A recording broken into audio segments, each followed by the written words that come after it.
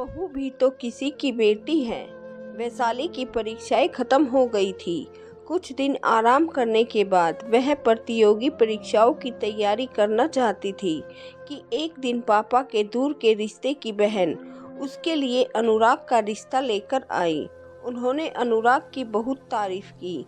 बात आगे बढ़ाने से पहले वैशाली के पापा उसकी राय जानना चाहते थे। वैशाली अपने 3 बहन भाइयों में सबसे छोटी थी। सबसे बड़ी अलका दीदी की शादी हो चुकी थी। उससे छोटे विनय भैया, जिनकी अभी 2 साल पहले ही लतिका से शादी हुई थी। लतिका स्वभाव से बहुत अच्छी थी, सबका बहुत ध्यान रखती थी। वैशाली को तो अपनी छोटी बहन की तरह प्यार करती थी।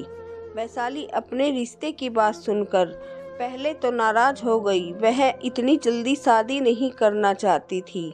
तब लतिका ने उसे समझाया, एक बार लड़के से मिल लो, अच्छा नहीं लगे तो मना कर देना। उससे सोचा मिलने में हर्ज ही क्या है। रात को वैशाली पानी लेने के लिए रसोई में आई तो उसने मम्मी पापा के कमरे की लाइट जलती देखी। उसने सोचा कहीं मम्मी की तबीयत तो खराब नहीं है। वह उसे ही उनके कमरे की तरफ जाने लगी। उसने उन दोनों की बातें सुनी। पापा मम्मी से कह रहे थे, मेरे रिटायरमेंट से पहले वैशाली की भी शादी हो जाए तो अच्छा है। मैं विनय के ऊपर कोई बोझ नहीं डालना चाहता हूँ। मेरी तबीयत ठीक नहीं रहती है, पता नहीं कल क्या हो। कुछ दिनों बाद अनुराग जब अपनी माँ के साथ उसे देखने आए तो वैशाली से बोले, देखिए हर लड़की की तरह आपके भी कुछ सपने होंगे। मेरे लिए मेरी माँ और मेरा परिवार ही सबसे ज़रूरी है। जब मैं छोटा था मेरे पिताजी गुजर गए थे। मुझे अपनी पढ़ाई बीच में ही छोड़कर पिताजी का बिजनेस संभालना पड़ा। पर मैं अपने भाई बहन के हर सपने को पूरा करना चाहता हूँ। अगर आप तैयार हैं तो मुझे इस शादी से कोई ऐतराज़ नहीं है। वैशाली जानती थी कि अलका दीदी की शादी में सब कुछ देने के बावजूद भी उनकी ससुराल वाले आए दिन कुछ न कुछ मांग करते रहते थे। विनय भैया की पढ़ाई में भी पापा का बहुत पैसा लगा है। पापा को एक बार हार्ट अटैक भी आ चुका है।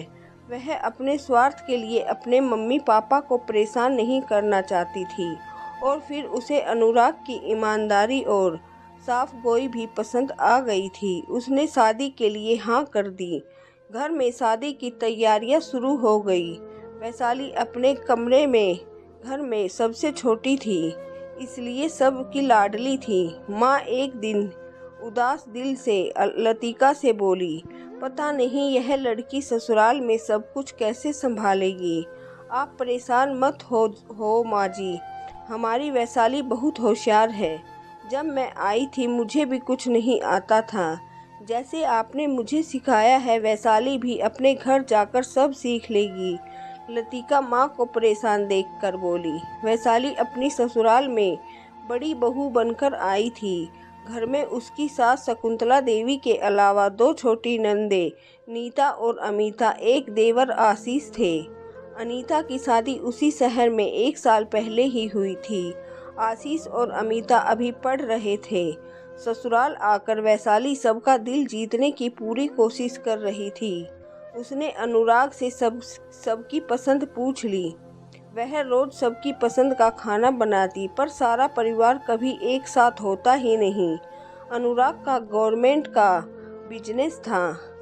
वह 9 बजे अपने शोरूम पर चले जाते थे। दोपहर में नौकर उनका खाना वहीं ले जाता था। अमिता सुबह 8 बजे स्कूल चली जाती थी। देवर आशीष पता नहीं कौन से कॉलेज में पढ़ाई कर रहे थे। 10 बजे से पहले तो उनकी सुबह नहीं होती थी। अनुराग तो सुबह के गए रात को घर आते थे। दिन भर घर में क्या होता था उन्हें कुछ नहीं पता।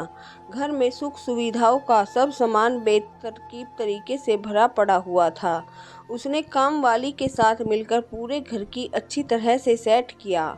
अब घर बहुत अच्छा लग रहा था। शाम को माँ जी जब कीर्तन से लौटी तो खुश होने की बजाय गुस्से से बोली, यह सब करने से पहले तुमने एक बार मुझसे पूछना जरूरी भी नहीं समझा। यूं तो घर में ज़्यादा लोग नहीं थे। सफाई और बर्तन के लिए काम वाली थी, पर घर का काम कभी ख़त्म नहीं होता था। अनुराग के अलावा हर किसी के खाने की अलग अलग पसंद थी। वह हर काम माकजी से पूछकर करती थी, फिर भी कहीं ना कहीं कोई कमी रह ही जाती थी। उसे माँ जी की बातें सुननी पड़ती। छोटी ननद अमीता का ज़्यादातर वक्त पढ़ाई की बजाय सजने संवरने में बीतता था। एक दिन वह वैशाली का मेकअप बॉक्स लेकर बैठी हुई थी।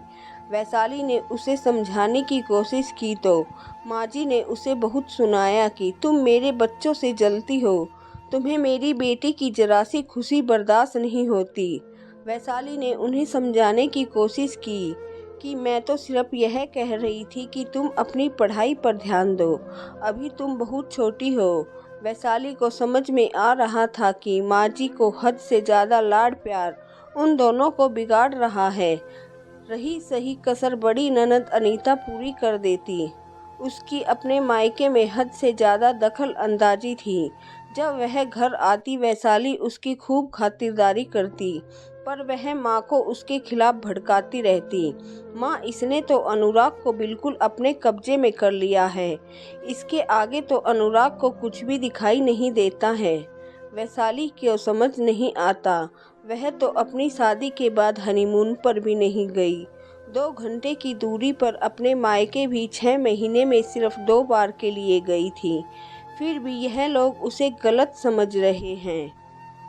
अनुराग शाम को घर आकर सबसे पहले माँ जी के कमरे में जाते थे।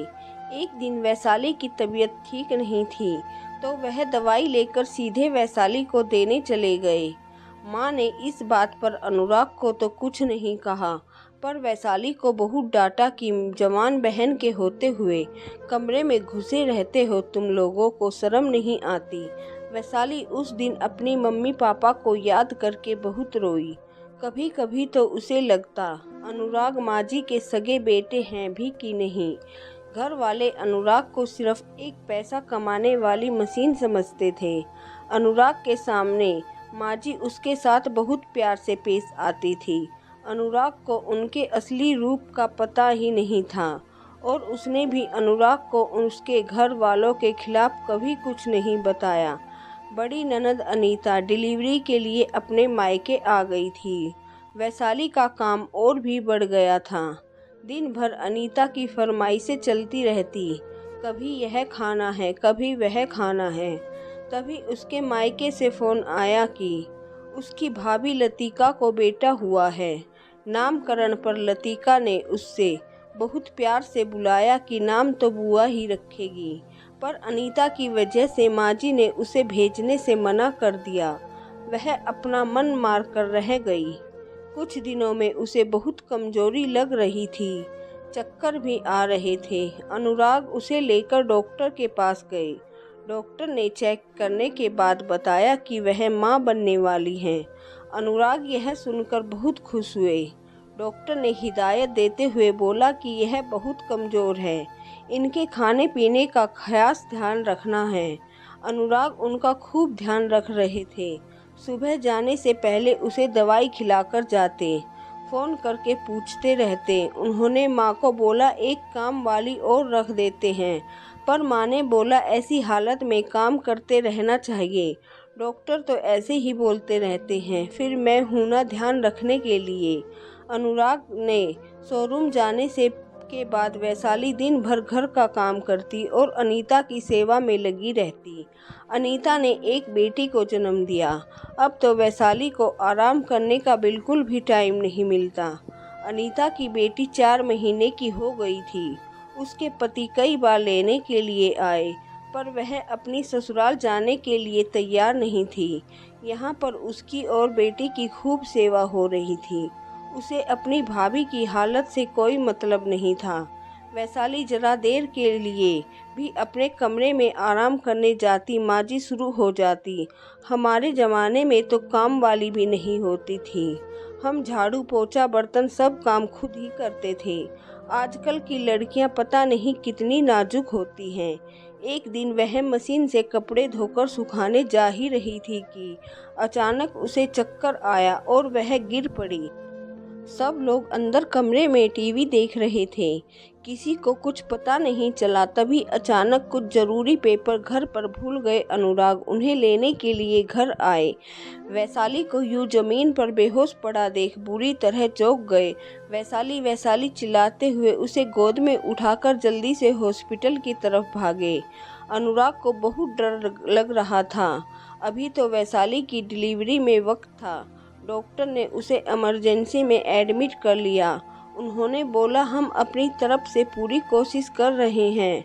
आपकी पत्नी और होने वाला बच्चा दोनों ही बहुत कमज़ोर हैं। आप भगवान से प्रार्थना कीजिए।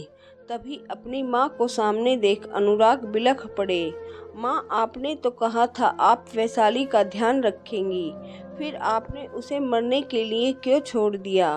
आप अनीता का इतना ध्यान रखती थी तो वैशाली के साथ इतना भेदभाव क्यों? क्या मैं आपका बेटा नहीं हूँ? अगर मेरे बच्चे या वैशाली में से किसी को कुछ हो गया तो मैं अपने आप को कभी माफ़ नहीं कर पाऊँगा। अगर ऐसा ही था तो आप उसे बहू बनाकर क्यों लाई? वह भी तो किसी की बेटी है। भगवान ने अनुराग की प्रार्थना सुन ली और वैशाली ने एक प्यारे से बेटे को जन्म दिया। जैसे ही अस्पताल से छुट्टी मिली, अनुराग उन दोनों को वैशाली के मायके छोड़ आए। उन्हें समझ में आ गया था यहाँ उन दोनों की देखभाल करने वाला कोई नहीं है।